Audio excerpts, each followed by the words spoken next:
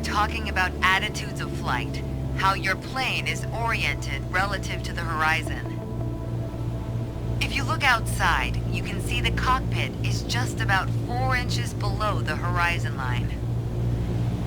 We're flying straight with a decent rate of speed.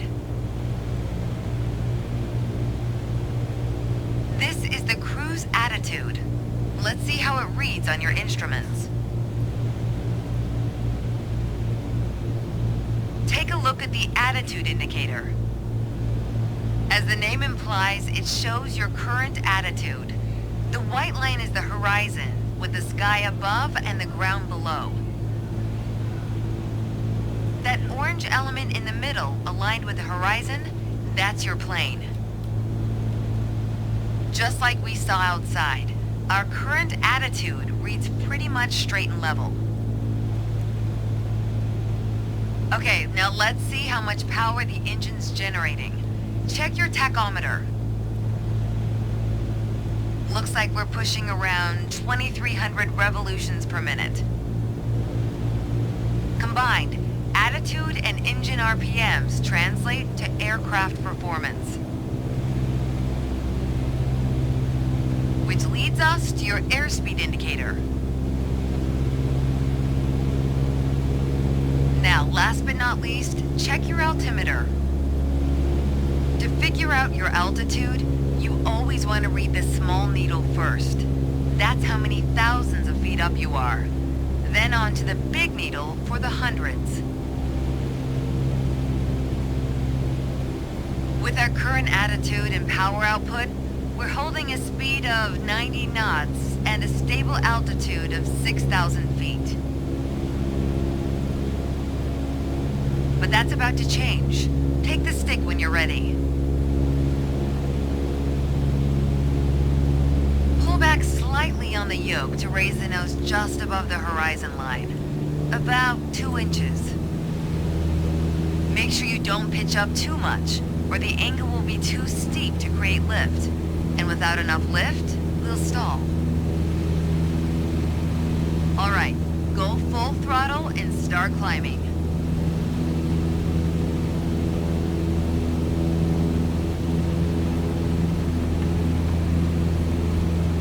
Welcome to the climb attitude. See how it shows up on your attitude indicator and tachometer? According to your altimeter, we're gaining altitude. But we're losing airspeed even at full throttle, proving you can't avoid basic physics while making a climb. Okay, before we go on, let's get back to a cruise attitude. Ease up on the yoke and aim your nose just below the horizon. Then throttle back down to 2,300 RPMs.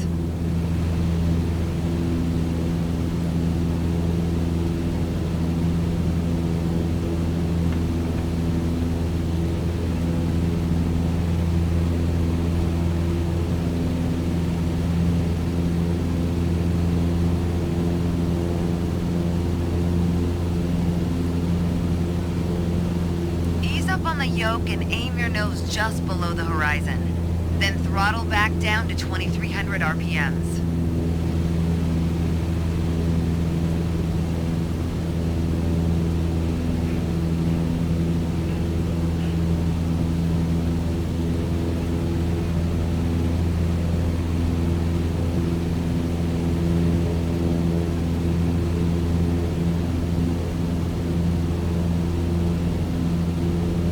On the yoke and aim your nose just below the horizon. Then throttle back down to 2,300 RPMs.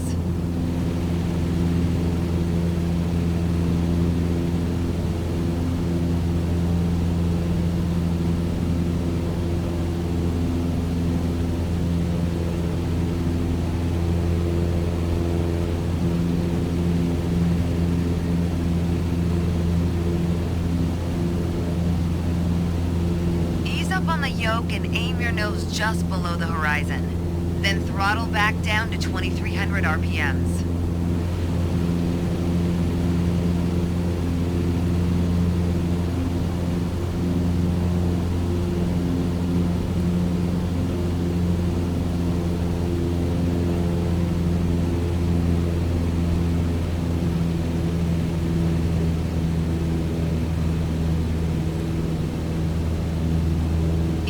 on the yoke and aim your nose just below the horizon. Then throttle back down to 2300 RPMs.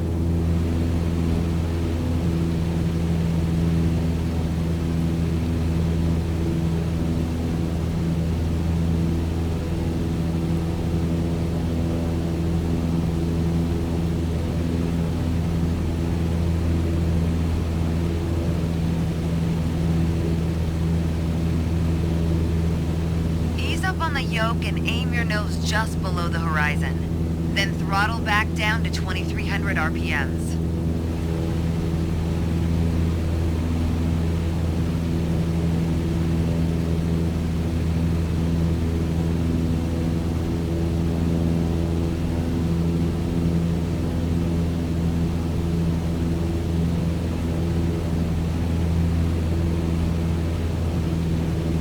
Nice job. We're now set up with the same attitude and power we had at the top of our lesson. Next up is the descent attitude. Start by reducing your RPMs to 1800. Then drop the plane's nose a bit further below the horizon.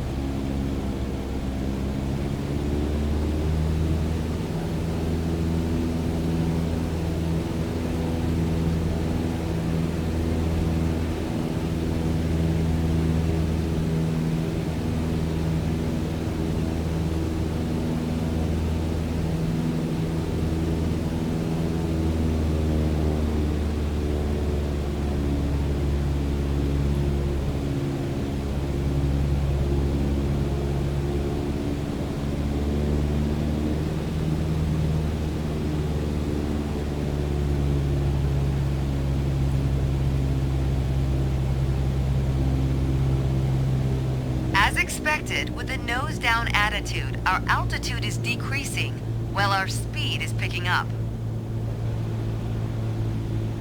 Why don't you get us back to a cruise attitude, and we'll hit the last part of our lesson.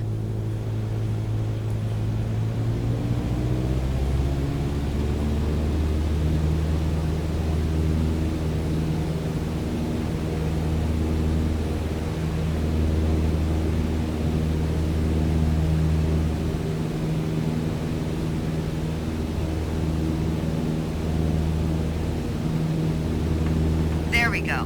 Now that we know how to cruise, climb, and descend, let's talk about the turn attitude. Gently pull the yoke left or right to start rolling the plane. If you take a look outside, you can see how our attitude's changed, but you can also check your instruments for the details. As a general rule, you always want to keep your turns under 30 degrees. At the top of your attitude indicator, there's a series of notches representing 10 degrees each. Use them to control your roll. Notice the more you turn, the more you need to pull back on the yoke to maintain altitude. When you're rolling out, you'll need to do the opposite. Roll and push at the same time.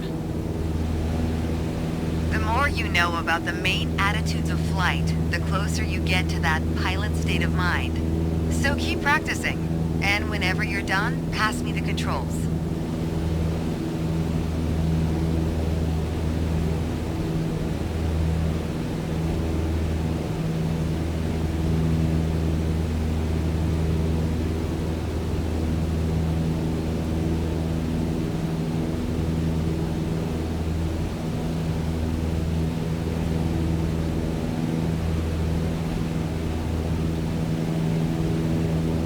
Thanks. I've got control now. Well done.